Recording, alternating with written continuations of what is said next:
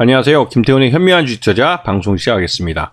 오늘은 SM의 이 인수전이 끝이 났습니다. 결국은 카카오가 최종 승자가 되었죠.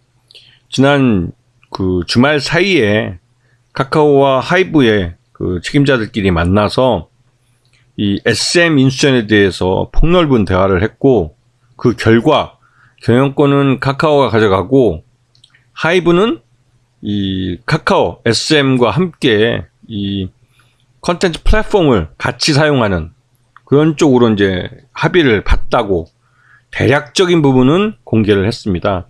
이에 따라서 카카오는 장기적으로 하이브가 보유하고 있는 이 SM 지분을 인수할 가능성이 크고, 그에 따라서 하이브는 손해보지 않고 발을 뺄 수 있는 기회를 잡은 것 같습니다. 그리고 기존에 카카오가 공개 매수하겠다고 했던 그 부분은 그대로 진행이 된 예정인데요.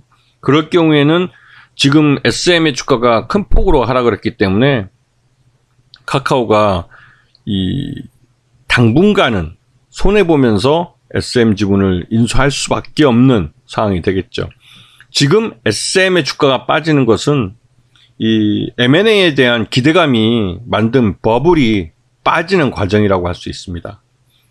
이제 이 SM은 확실하게 이 멀티 제작 센터를 통한 멀티 레이블, 그다음에 음악 퍼블리싱 전문 자회사로 이 더 많은 이 아티스트들의 작품들을 내놓으면서 상품을 더 많이 쏟아낼 가능성이 커졌죠. 이거는 굉장히 빠르게 SM이 성장할 수 있다는 그런 의미이기도 합니다. 기존에 이 한 명의 프로듀서, 이수만 회장 개인의 프로듀싱에 의존했던 것과 다르게 다양한 레이블을 활용할 수 있기 때문에 이런 부분에서 이 SM의 생산성은 굉장히 올라갈 가능성이 커요. 여기다가 이 IP들, 보유하고 있는 IP를 카카오와 함께, 카카오 엔터테인먼트와 함께 활용할 수 있기 때문에 더 많은 수익 기반을 가질 수가 있는 거죠.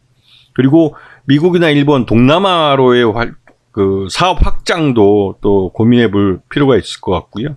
그리고 여러 가지 이 SM 3.0이라는 미래의 성장 전략에 따라서 제시해 놓은 것들이 많습니다. 근데 가장 중요한 건 SM과 이 카카오의 협력 방안이죠. 특히나 카카오에서 갖고 있는 이 카카오 엔터테인먼트의 여러 가지 플랫폼들을 이 SM의 IP와 함께 접목시키면 굉장히 큰 시너지가 기대되고 있는 상황입니다. 지금 이 SM 같은 경우는 그 슈퍼주니어와 샤이니, 엑소가 군대를 갔다 온 이후에 별다른 활동을 못하고 있어요. 그 갔다 온 직후에 바로 이 코로나 팬데믹이 터지면서 대외적으로 활동하는데 굉장히 큰 몇 년간 어려움을 겪었죠. 그 사이에 레드벨벳이나 소녀시대 이런 여성 걸그룹들이 그 빈자리를 좀 메꿔지긴 했어도 이 남자 보이그룹의 파괴력만큼은 수익성을 가져다 주었다고 보기엔 좀 어려운 측면이 있습니다. 하지만 이들이 다시 이제 컴백을 하고 남자 신인 보이그룹과 걸그룹들이 새로 런칭을 하고 하면 이걸 또 카카오의 엔터테인먼트와 또 연계를 하면 더 많은 시너지를 낼 것으로 기대가 되고 있죠. 그리고 SM 엔터테인먼트 계열사들에 대한 신용융자들이 굉장히 높았기 때문에 M&A 기대감이 꺼지면서 이에 대한 그 매물들이 쏟아져 나올 가능성이 큰데, 역시나 SM은 오늘 왕창 쏟아졌죠. 자, 이 카카오 엔터테인먼트와의 시너지를 생각해 보셔야 됩니다. 이게 이제 원천 스토리라는 웹툰 쪽에 갖고 있는 그 여러 가지 IP들, 또 웹툰의 유통망, 이걸 통해서 충분히 SM이 갖고 있는 IP들을 활용할 수가 있는 거죠. 그리고 뮤직 레이블도 마찬가지고요. 미디어도 마찬가지죠. 그 가장 이 카카오 엔터테인먼트와 시너지를 낼 수 있는 SM의 계열사는 키스트와 디어유입니다. 그래서 키스트와 디어유는 SM 엔터테인먼트와 만나면서 그 미래 성장에 대한 기대감이 훨씬 더 커졌어요. 지금 키스트 같은 경우도 오늘 같은 그 장이 나쁠 때, 기존에 이제 그 하락폭이, 아침에는 좀 하락폭이 컸지만 오후장 들어서 좀 반등이 나오려고 하는 모습을 보였죠. 그리고 이 디어유도 아침보다는 낙폭을 많이 그 좁힌 그런 모습입니다. 하지만 이제 SM은 워낙 이 공개 매수가 때문에 가격이 부풀려진 측면이 있어서 그에 대한 이제 M&A에 대한 이런 기대감이랄까요? 이런 게 빠지면서 다시 제자리를 찾아가고 있는 모습입니다. 하지만 이 SM은 이 카카오와 이 경영권이 카카오에 인수된 이후에 이 내부 경영진이 어느 정도 마무리가 되고 안정을 찾으면 이전보다는 훨씬 더 활발하게 이 아티스트들을 시장에 내놓고 더 많은 상품들을 시장에 만들어낼 가능성이 크죠. 그러면 SM 같은 경우는 성장성이 또 예전보다 훨씬 나아질 수도 있고, 물론 이수만 회장의 프로듀싱을 보다 더 뛰어난 그런 프로듀서들이 나올 수 있을지는 또 다른 문제입니다. 이수만 회장은 기본적으로 이 검증된 실력을 갖고 있는 프로듀서였기 때문에 그 프로듀싱과 차별화되는 다른 그 21세기에 맞는 그런 프로듀싱을 내놓는다면 그 SM의 그 이전의 그 명성을 다시 한번 되찾을 수가 있겠죠. 하지만 지금으로서는 가장 시장에서 크게 그 관심을 받고 또 그 카카오와의 시너지를 낼 수 있는 기업은 이 키스트라고 볼 수가 있겠죠.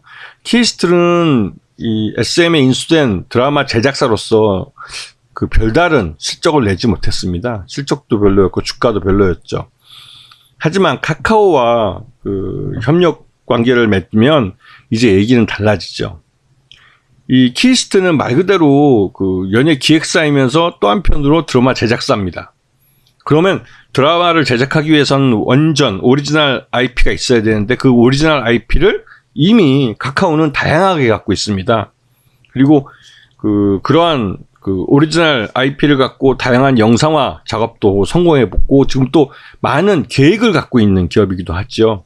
그 과정에 키스트가 어느 정도 사업 협력을 통해서 실적을 더 증가시키거나 미래 성장성을 가져갈 수 있는 기회는 더 많아지는 겁니다.